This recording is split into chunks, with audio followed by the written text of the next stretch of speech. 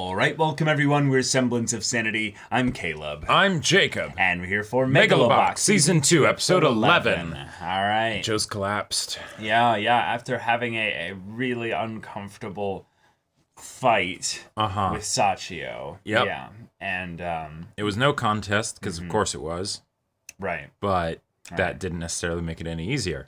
It did not, no. And there were some little flashes of Chief throughout this episode, so it feels like this is going to be Joe's kind of last little moment where he's dealing with stuff from the past, kind of bring back up defeat it for good kind of a thing. Yeah, his hesitation surrounding fighting. Right. And then his talk with Aragaki by Nanbu's grave. Okay, but after this with Sachio, everyone's on board. Team Nowhere and Jim Nowhere is basically ready to go. Yep. I mean, if we wanted to fully cement this in, we'd get Yuri on this whole thing as well. Which I think he's basically been convinced. You know. Yeah. That would be awesome. Now, of course, Nanbu's not going to be there. He'll be there in spirit. But thank you. Exactly. Yeah. He'll be there in spirit. And that'll be a good thing this time. Yep, exactly. But yeah, the fight with Mac, that's not necessarily something that's a good thing. No. So I would love to see another little twist or wrench thrown into these things here before we go into the actual fight. Yes, let that asshole just have his plans get ruined, you know. Yeah, but the fight's gonna happen. The fight's gonna happen, but yeah. Maybe some stuff with Mac's family. I feel like that's where the angle has to come from here. Because the stuff with Shirato and her brother and the whole business side of things, I feel like is going to be more of a backdrop. Well, going to be developed through this fight, basically. Yeah. And then it'll be the post-fight stuff that, concludes that side of the story. Right. But yeah, y'all, without further ado, let's get into this. Nomad としてリングに上がってたあんたはどうしてギアをつけていたのか素性がバレたくないってのはわかるんだがそれだけじゃない気がしてねずっと気になってたんだギアレス上は俺だけのものじゃないだから別の誰かとしてギアをつけたんだ Okay. 俺とは逆だな俺のギアは息子のカルロと一緒に作ったもんだ The gear doesn't belong to them, not the boxing identity. ギアをつけるんだ俺はカルロを感じるためにこいつをつける Oh, okay. Gotcha. お守りみたいなもんなんだ過ちは消せない Oh, this is cool. It's a rendition of the OP. 誰も明日を生きていけやしない必ず来るさあんたがもう一度リングに上がる日が Here we go. 血栓や動脈瘤といった大きな損傷は見つかりませんでした消化器系統にも炎症や糜爛の跡が見られるのでおそらく粗悪な鎮痛剤に長年依存していたかと Gotcha. 脳にダメージを受けてないボクサーはいません深刻な脳出血や脳挫傷で後遺症が残ることも珍しくありませんその結果死に至ることも I feel like this is also setting up in a parallel way what's been going on with Mac, Oh, sure. Yeah. Like the fact that Mac Time is putting a number through his, his body and his brain probably even too. Well, and maybe this is where we get the ending that was, tempted in season 1. I don't think so. I don't think that's where the story is putting things. 薬に依存してたって話正直すごくショックだった Oh, it's such a soft look. もう嘘ついたり隠し事はしないってもうお前らを裏切るようなことはしない Oh. ご家族だからこそ何かわかるのではないかと Good. Yeah, going to them directly. つかないような些細な変化が Minor changes. 特に変わった様子は試合が終わった後もリラックスして睡眠も Yeah, She was told to say okay. this. She's she's intentionally ignoring it. よかったですねああいえ前にミゲル君 Yeah, here we go. 奇跡的にドナーが見つかったと Yeah, oh shit, okay, Damn, okay. so that's what they have on them. Okay. Now, it might not be so nefarious. It might just be that they helped them a lot. Mm-hmm. 確か息子さんの移植手術はマック選手が Yeah, that's yeah. The timing is it was a trade. Yeah. Yeah. サプライズ！招待されてないのに来ちゃいました。ユキコさん、ステージへ。一言お祝いをさせてください。ユキコさん。忙しいのにまさか来ていただけるなんて驚かせるのがお好きなんですね。当然です。僕たちは気高い志を同じくするパートナーなんですから。残念ながらプライベートのパートナーにはなれませんでした。Wow. 僕も驚かされましたよ。あなたがスパイの真似事なんて。Talking to the family. Yeah. Okay. How dramatic. I mean, But like the fact that he responded like that kind of is a way of showing that there's something to discover. Right. 綺麗だね。ここへ戻る前、母さってました。Yeah. No. If we got some of the characters from there to watch the fight, that would be awesome. Oh my god, if a whole crew of them showed up, that would be so good. Yep. お前さんのバイクオーバーホールしといたよ。Nice. Wow. ジョーが病院にいる間に親方が勝手にやっちゃった。Okay. あちこち傷んでたよ。 It needed work all over. 時に見てから気になってたんだ。もうあんたには見てもらえないかと思ってた。ここの修理を諦めなかったお前さんの粘り勝ちだ。Oh, All right. いいかってな。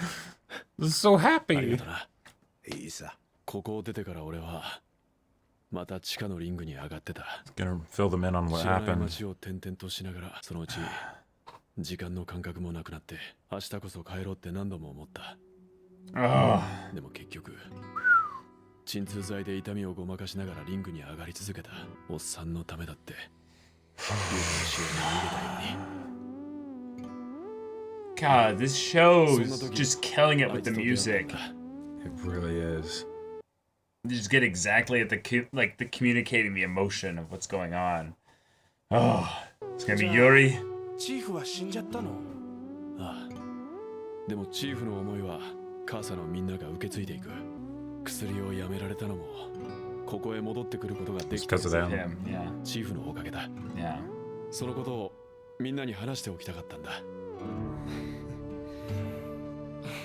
Feels like they might be seeding it for those characters to show up. Hey, Yuri. Yeah.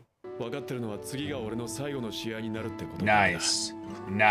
だからこの試合を受けるかどうかみんなに決めてほしいんだ。 Cool. Okay. チーム番外地として戦うために。 Yuri immediately goes, 俺は no. 戦ってほしくない。今さら何言ってんだよ。お前が一番喜んでたじゃねえか。ジョーを死なせたくないから。も No. う家族がいなくなるのは嫌なんだよ。私はどっちでもいい。 Okay, let's see everybody weigh in 気持 now. ちはぼんじりと一緒だけど、ジョーが正直に全部打ち明けてくれたから。 Okay. だから私はジョーが決めたことに賛成する。 I believe in you. Yeah. Yeah. Right. Again, You've you been know. honest with yourself. You've been honest with us. So マックとやりたいんだろ。ああ。 And fight him. やばいと思ったら誰が何を言おうと俺がタオルを投げる。それが条件だ。 okay. Cool. All right. Cool, Sachio. Yeah. Okay. 鍛え直しだな。 Yuri's like, hell yeah, you do need to. Yeah. Uh huh.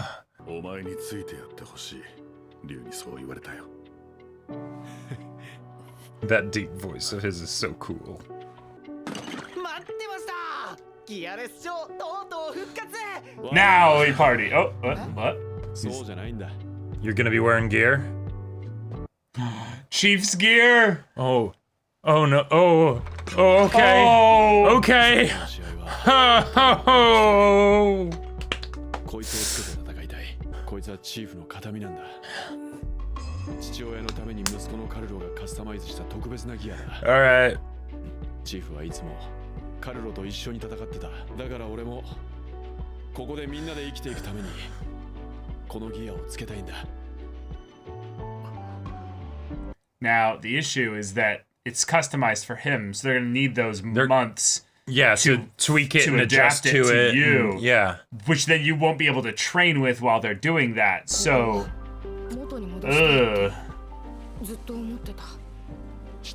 although it's gonna cover for his lack of, Yeah, because Mac Time would probably kill him if he didn't have gear. Yeah. マックさんの体がこれでは。ハイスペックな融合だよ。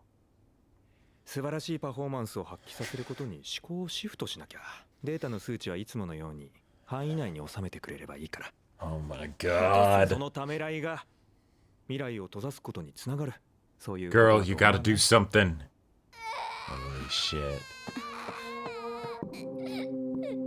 Oh. Oh. His book and he's probably scared shitless like and probably doesn't even know what happened. Oh. 償いはする。だが今度の試合は。これを見て。Oh God. 何も心配ない。俺と佐久間さんを信じてほしい。Believing in you is one thing, but. あなたをそんな体にしたのは私なの。Here we go. Here we go. Okay. 待ってくれ。Sit down with them. Sit down with them. Yeah. Good. Oh! That would... Shit. That would... That wasn't just fear. Oh, he's pissed. He's going to Sakuma now. Like, yeah. He's like, you tell me right now.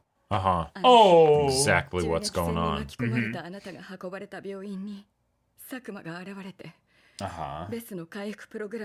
Right. 治る可能性があったの。長期間のリハビリをすれば元通り動けるかもしれない。だけど、ベスの回復プログラムのためにあなたを二度と動けない体にしてしまったの。まさか、なんでそんな。Transplant. 佐久間がドナーを用意してくれて、ミゲルの移植手術と引き換えに私が契約書にサインしたの。Damn. たかが実験のために。俺をこんな体にしたのか。Well, no, for your child. あなたとミゲルを失うかもしれなくて。私。もう一度一緒に夢を見ませんか。And now maybe you see the context for. Yeah. Yeah. ああ、それですか。ただの学者崩れのたわごとです。 He might kill you, dude. うちからも正式に撤回を。ここに書いてあるのは事実だ。俺は。自分がおかしくなってることに気づきながら、ずっと家族に嘘をついてきた。Yeah, because he doesn't want them to 俺 worry. に嘘をついたことがない。Hell yeah. 彼女がさっき俺に隠していたことをすべて話した。僕ね、マヤさんならもっと早く行っちゃうんだろうなって思って。Wow, and even now he's trying to turn it on her. だって夫婦じゃないですか。隠し事するの辛くないですか？ Holy shit. Are you wanting to get your ass beat? 真実を聞いてる可能性も常に考えてた。その上で理解してくれたんだって。Oh my god. さすがにそれは都合良すぎましたね。人をなんだと思ってる。ベスを成功させる自信はあった。I'm sure you were, but look at it now. It's not. ボックスの頂点まで上り詰めて。Yeah, in a way it worked, but at what cost? 全部あんたの作り物だろうが。そうじゃない。 Problem is, it's not all lies. マックタイムは僕でも予想しなかった。 Sure. ミゲル君はどうです？彼の病気が治ったのもあなたがプログラムを受けたおかげだ。言ってたじゃないですか。奇跡の子だって。マヤさんは希望に満ちた未来を買っただけなんですよ。Oh, the static building in the background. あなたはもう伝説を見上げる傍観者じゃない。Dude. 本物の英雄なんです。With the sign in the background. Yeah, I know. Shit. 真上に昇った太陽が荒々しく照りつける頃、歩き疲れた旅人の前に再びハチドリが現れた。Oh. 旅人さん、どうかもう一度 Wow, nice, 私の the 歌を story, yeah. 聞いてください。さっきも言っただろう。私は死にたくて旅 They're all をして pitching in. 今さら嘘なんかつくものか。歌い終えるとハチドリは満足したように翼を風にまとわせ飛び去っていった。Wow. That was an episode. That was intense. as far as ways to build up to the fight, you know, without like actually going too in depth into like the kind of like practice and prep and training and stuff, but just like hitting the emotional beats and the core of the characters, of the characters that's gonna be fueling the fight. You know, we handled the Joe stuff in the last episode with Sachio. Now we're getting the Max stuff on the other side with his family, as Joe kind of comes to the full kind of resolution of his arc here, and you know, tells everyone everything about what happened in the past. Right. So, and I love that he's gonna be using Chief's gear. Yeah.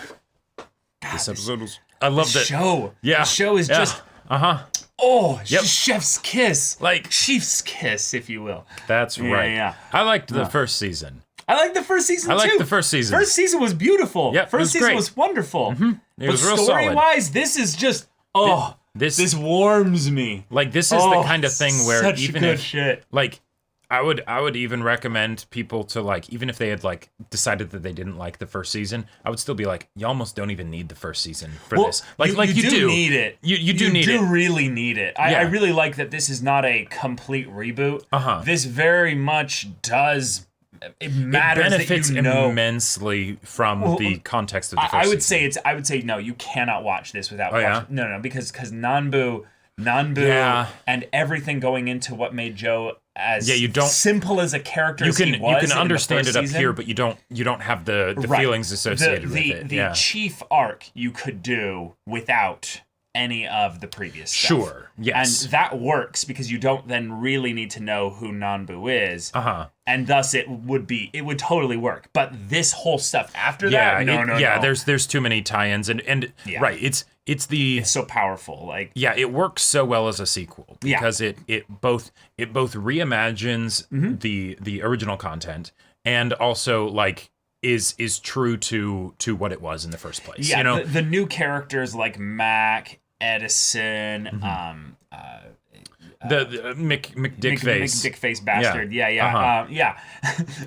Those people definitely are they stand on their own two legs. They don't need the previous stuff in order to work. But there's this aspect of what it means to be, well, a hero or someone that basically carried more than just your own dream with you.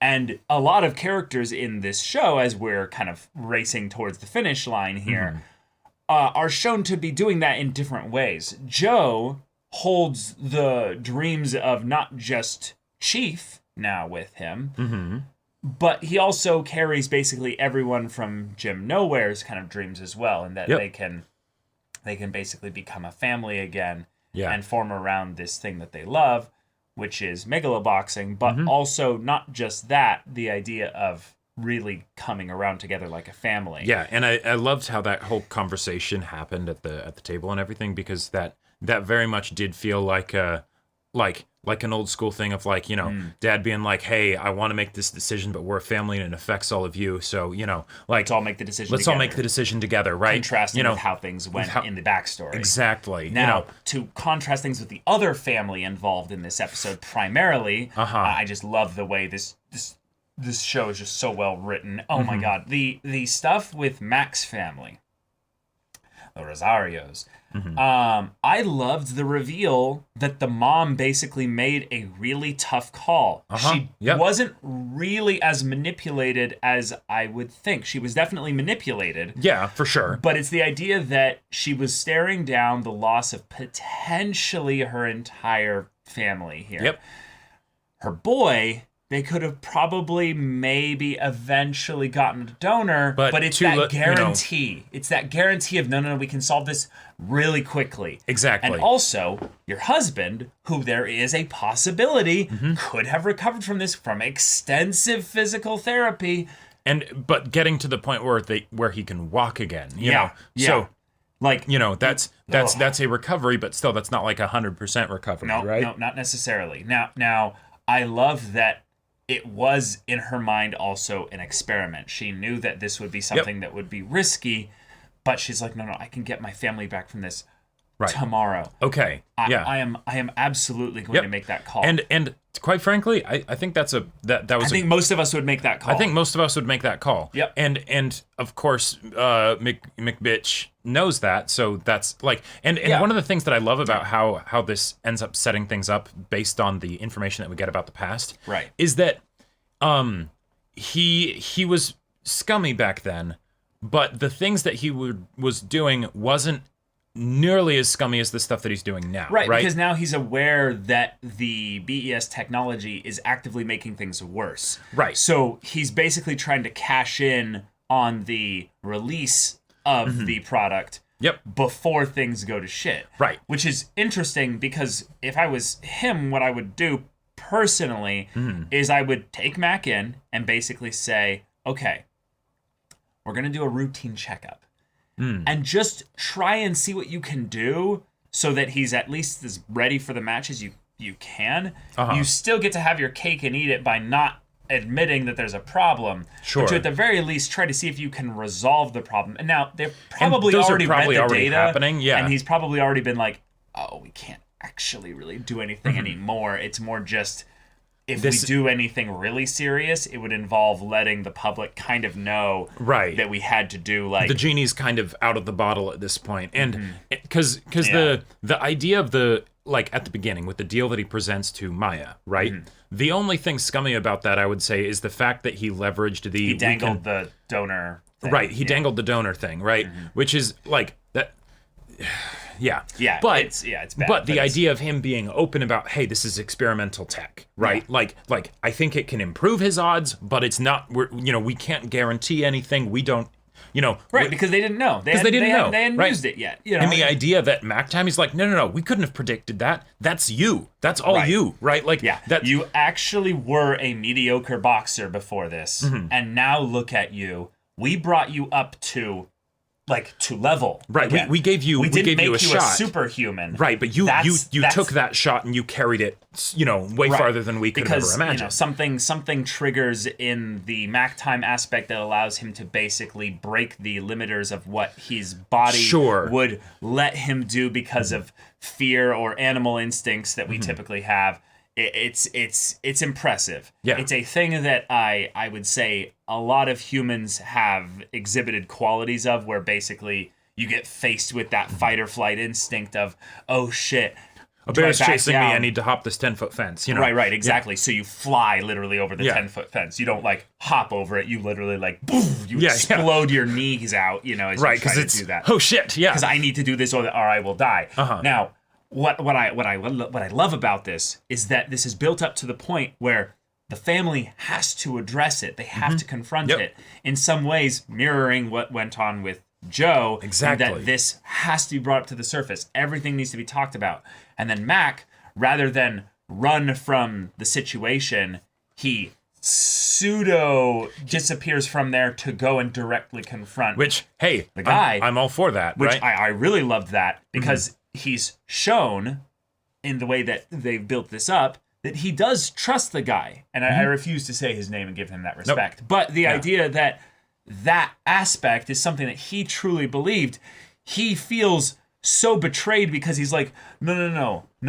My wife never would lie to me. I love this little detail, but I love in relationships in fiction. Yeah. When there's actual genuine trust, there's so much melodrama in stories that comes out of, I don't trust you anymore. Right. And it's like, but don't you isn't it inferred that because of this kid, you guys have been together for at least a decade? Why do you trust new business guy who benefits off of you rather than your wife? No, he goes immediately and goes, well, my wife is telling me the truth, so what the fuck, dude? Right, exactly. Come clean, or I'm gonna start, start hurting you. And it's just also, I gotta say, that's a great example for so one, Mac has been unstable recently, so he doesn't fully trust himself and whatnot, right? So he's trying to keep it in to make them not have to worry about it. But two, this is the kind of thing where if it could have been prudent. There's good reasons why he didn't, but it could have been prudent in this situation where, since he realizes, I've gone to him with my concerns before and he always seems to convince me out of it, to maybe bring the wife along to be like, okay, back me up, babe, or something like that, right? Second pair of eyes or something. But no. He was prepared to potentially do some violent things to this person, and maybe things that he wouldn't have wanted her to see, right? So, and the problem is that then this guy, he does his thing with words, right? God, it's so sick. It's so well written, though. Sure. The idea that his tactic, like you said, was he went after their marriage. He basically said, "Oh, she hasn't told you yet. I'm surprised." Weird, huh? Weird. Yeah, I would have thought that maybe she would have told you by now. I didn't want to tell you myself, but at the same time, I figured you might already know, and if you did know, I thought that then, based on you knowing, you were okay with it. You're okay with it. Yeah. Because let's be real. The data of the numbers and stuff, that's for his investors, for the public and stuff. That's not something that's not for the family. Well, it's not. Yeah, it's not for Mac. Basically, the idea that when he comes to him, he is obfuscating the truth. Totally. Mac you believe this hogwash article? Yeah.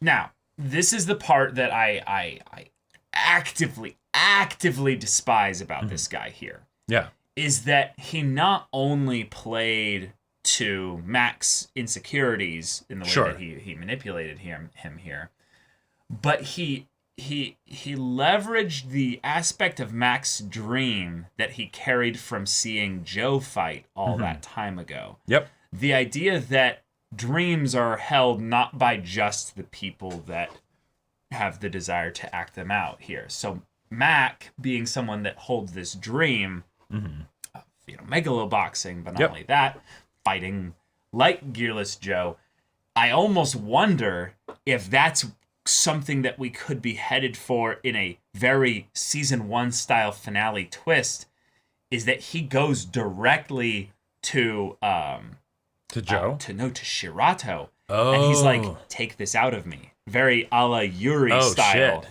And they're like, we can't.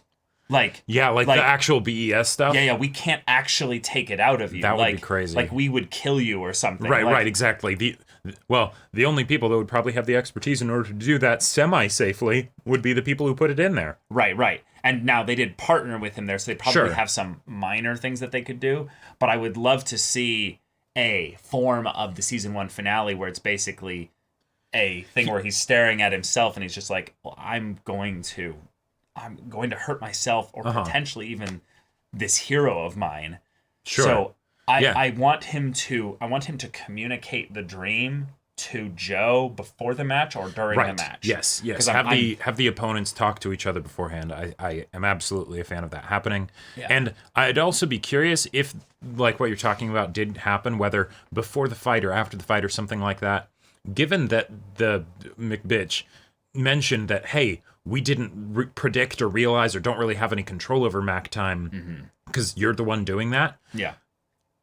If the stuff was removed, would Mac time remain? Would his brain have been so, because of all the muckery and fuckery that happened up here and stuff, because of his body being able to recover to the point where he can function and everything? I would say... Would it be possible that, while there would be the withdrawal and the recovery that would need to happen from the stuff being taken out in the first place, could it be similar to when a plant isn't is really thin and you need it to grow, so you put the stick next to it, crutch, like a crutch, and then eventually you can take the crutch away and it can stand on its own 2 feet. I don't think that's what's happening here because he's essentially been chipped, so it's not just a it's more complicated than that. Yeah, well, right, but it's an active thing. It's actively giving him help. That's why it's getting worse. I think the idea is that. And this is something I think is very basic as an interpretation of what's going on here. The combination of what Joe went through, painkiller addiction, and then the trauma and all that associated, but also the idea of boxing leading to brain damage leads to this perfect storm of these two things. With Mac, though, we have brain-assisted chip insertion and stuff that allows him to basically override certain functions. Right, still function. Brain. Yeah. It's not regenerating matter to something that doesn't exist. Right. Therefore, the chip might have been also damaged on some level through the actual bludgeoning that he takes in boxing matches. And even if it wasn't, it's just needing to do more work now because it has more stuff that it needs to account for. Yeah. And so maybe like, because one of the things I was thinking about is I was like, well, one of the biggest motivations for Mac to not do this fight is that if the deal goes through, then a bunch of other people are going to be subjected to the same thing. So if you start to realize that this is BES doing this to you, then for the sake of all the other people that could be subjected to this, you'd want to make sure that that doesn't happen. But if this, like McBitch is saying, if he's actually like, and I think he is being honest there, is that this is not something predictable. Meaning that it actually, BES might be fine for non-boxers. Exactly. And then just because you're a Megalo boxer and you have all of this stuff happening, it's, shit, right? It's one of those emergent behaviors that it's like, oh, we didn't think about that with okay, I guess that's one of the things we need to be aware of. But, if you give it to we gave this to people that were in the military or something like that. People that were just, in a very simple environment where it's like, oh, Yuri's in a wheelchair. We're going to give him the ability to use his legs again. Just don't box anymore, maybe. Just don't do any crazy physical exertion stuff. Then you might be fine, right? Yeah. Don't do something that's going to guarantee cause you brain damage, and you're good, and it's like, that's, suddenly that makes it like, that makes it a bit more complicated, right? Because one of the things that I love about how McBitch is being presented is that he feels a lot more, he feels like a character that's, yes, like, people like this exist on both ends of the spectrum of just absolute shit people, but then also potentially someone who gets so basically swept up in the, oh my God, we're doing this. Dream. Then suddenly when things come up, the thing that started as a little thing, little thing, of the, hey, we'll help your son, right, turns into, oh, now that when things actually start to show that there are legitimate, like serious problems with this, we're just going to kind of forget about those because we can't really take it back anyways, so might as well benefit from it, right? Yeah, I feel like the writing and all this is just done really well to set up for a brilliant finale where I think they can take things in a lot of different ways because I feel like all the setup is basically done now for the stakes. The fact that this tech brings people back to this point here, it is a truly life-changing technology. Sure. It's the dichotomy of, or it's the thing that he's holding in balance here, or not in balance. Right. Where I can save tons of people's lives. Every new technology that gets brought in is going to have its ways in which it doesn't work. Sure. Do I measure the one person where it didn't work because the data shows that it didn't work here, as that it's going to apply to all these other people where there's going to be new data associated with it. Right, you don't have one person be your test group. Maybe keep looking into things and see whether that's indicative of as a pattern. And this is the part that really unsettles me, is that there's a very logical path out of this where he could take the hit and win the well, no, actually, no, I don't think he would. But this is the risk here. This is the risk, and I think this is why he's he's doing a similar thing to what the wife did, but instead of trying to save instead of her trying to save her baby, he's trying to save his baby that he made. No, it works very well to tie in with this. Is the idea that if he basically said that this is something that could not be used based on data that we found with Mac, it cannot be used for people in high-intensity, physical, strenuous environments where you could potentially get bludgeoned by, something near the head. Yep. And then he basically kind of throws Mac entirely under the bus. Right. He takes the PR hit. Maybe doesn't get the military thing based on whether or not they can prove that no, it's actually just like the blunt trauma to the head, so soldiers most of the time are going to be fine, Right, yeah, maybe it's something where you use this for people that are going to be in situations that don't put them literally on the ground, basically. You have this for, air technicians and, people that are in ships right. or what If you're going to give this to somebody from the military that got wounded and they still want to serve, just make sure that you put them, like, you mark them as basically not being for frontline duty. You know? Yeah, exactly. Yeah. That's something that could work. Mm-hmm. It would dramatically lessen the public's eye of what BES is and how wonderful it is. Right, because it's less of a miracle wonder technology, yeah. Right. Uh-huh. But I mean, in some ways, you would gain a lot of good faith, I think, credit in the long run, right, in that you admitted to the mistakes of this rather early. But that's the thing. I think he's too swept up in the dream in some ways to call back to Joe in the backstory bit where he just wants to have this fight. It's not about whether or not he's swept up in the show of it. He's putting on the tap dancing shoes for whatever reason, and it's going hobby, up on stage. Yeah, it's his hobby, right? Yeah. But it's not just about the business decision, because if that was the case, long-term investment always wins out. So right, and I think that that's a thing where. That's a thing where I didn't really have to think hard to come up with that alternative. But I think it's the thing where he's just weighing it as, no, the public perception will be so negative in the other side of things that I can't do it. I just have to run the risk here that nothing really bad happens on a world stage that's about to happen here. Right. Keep this frenetic dance up and hope that's the part where my meta okay. brain is somewhat overriding what I think the logical actions of these characters would make in this fictional story. Because I know as a meta kind of analyzer that something bad's going to happen to Mac in this finale. It's just what kind of scale. Right, because in his mind it's the no. This is the big night, right? Where the heroic Mac time and all of that stuff, the wonders of BES can be put on display for everybody. And yet, this is the scary thing: is that Mac doesn't necessarily end things for them if things go badly with BES. They could completely say, "Yeah, this is weird. We don't know what happened." There's really unfortunate. There's no way to prove that this is because of BES. It could just be that because of, like, when he goes into Mac time, he just was taking too many hits to the head, because he was so just shrugging off the pain, but he couldn't shrug off the actual effects twice, just to do the same thing. Yeah, if we could, we would, but sadly, we've done all we can.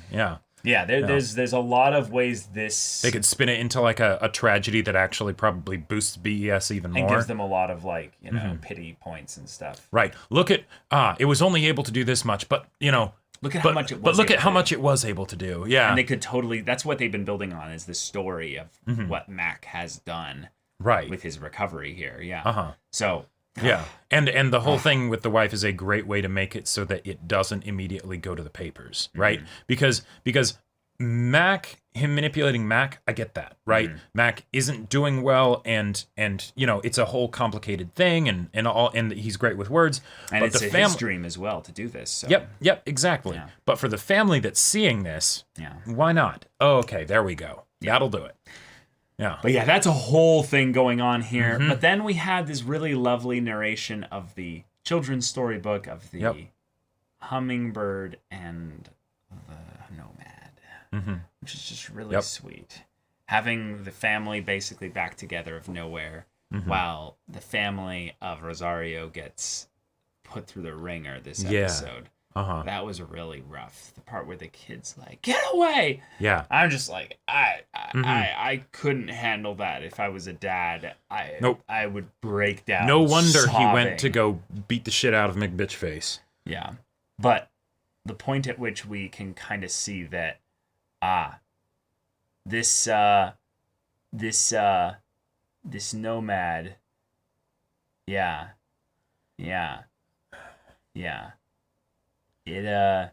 It might be now Mac that takes the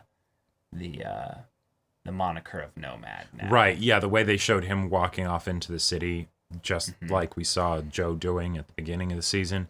And because if you think about it, what Mac's doing right now, by putting his family through this and being like, hey, I'll make it up to you, all that stuff, but not really making it be a joint decision, is very similar to what Joe did in the fight with Liu, right? And while it's heartrending and we can see all of the thought processes and the reasons why it ends up going this way, and there is definitely some outside interference manipulating it towards this end. Right. This is the mistake that Joe made that he's not making again, and Mac is making this mistake, but now just for the first time. And I really want to see the aftermath of this fight. I'm excited for the fight itself. It's going to be hype as hell, right? Mm-hmm. But I want to see how the relationships shake out after this. Yeah, me too. But this is Matt getting to face his hero, so that's going to be a big deal as well. Yep. There's a lot of little details in the bits over the narration bit. They showed a lot of things that the Roscoe team is doing to market BES and get it as in the public eye in a positive way. Yeah. But we saw this really sad, sweet little bit where the kid was tired and just asleep, and you saw at the foot of his bed all the pictures with his dad in them just broken. And so the kid must have gone and just smashed all of them. And it's just, it hurts so much to see Chief get brought up in the same episode. Right. Where and that solid relationship with his son. Yeah, you know. and he was the one that gave basically that hope to pass it on to Joe. And now Mac really needs a Chief right now. He really needs a Chief right now. Yep. So I hope at maybe the Joe very can least, be that. maybe he can go and speak directly to Joe. And that would be awesome. We can get a very unique maybe setup to the fight where they've talked a little bit before it. I personally would love to have it be a thing of where they both know going into this that this is each of their last fight. Gotcha. And they kind of, I hate to use this reference, but they kind of Hunger Games this shit. And they literally rig the fight with each other. Okay. Where it's like... But it's not going to happen. No. I don't think it will either. I love the idea of them having an understanding, though, that it's each of their last fights, you know? Mm-hmm. Yeah, I like that. But something where basically Mac is like, you know, if I go into Mac time, I want you to do these exact things for me. Sure. I will not be able to, do these things also for you, you know, so that hopefully I don't kill you or something. But Right. But also, yeah. Yeah, I want you to run and know that during Mac time I've studied what I tend to do. I tend to throw my left once and then go for an immediate uppercut if this happens, or I throw my left twice and then I go for this. And yet so counter me at this exact moment. You will get a knockout. And yet the tragedy of this is the fact that he actually listened to what McBitchface said. That meant that he basically ended up making that decision that Joe made so long ago to buy into the dream and not act like so I don't like I think this is going to be the whole fatal flaw tragic fall, you know, like where he ends up going into it of, if I'm going to make the decision to do this, then I'm going to go whole hog, right? I hope not. I really but wouldn't that make for one hell of an emotional finale? Yeah. But yeah, this show is really, really, really impressive. I enjoy so much about the writing. I love the way that we've spent this time now with Joe to basically use him as almost a kaleidoscope to see how many characters are contained within the reflections of who he is. One of the ways to know that Joe's a great main character, the fact that he it really is the connecting point to all of them. Almost every character in the story. Like past history with Sachio and everybody aside, right? Just with the way that he ties into the other characters in the story and what's going on, that you couldn't have another main character. Right, and then of course the character that is the one that we dislike in terms of the antagonist kind of role, if you will, is the one that's the least connected to Joe. Right. Which is that's kind of funny. Yeah. But all right, y'all, thank you so much for watching this episode's reaction and discussion. If you want to see the next episode's reaction and discussion right now, though, go check out the link in the description below for our Patreon. You can get an early access there. You can watch full-length timer reactions there, and all this comes with Discord access. You can chat with us in the community there about this show, about anime in general, and also be sure to check out our Twitch channel. We stream every weekday. The info's in the description. Yeah, so if any of that interests you, we'll see you there. But until then, we're Semblance of Sanity. I'm Caleb. I'm Jacob. And we'll see you all next time.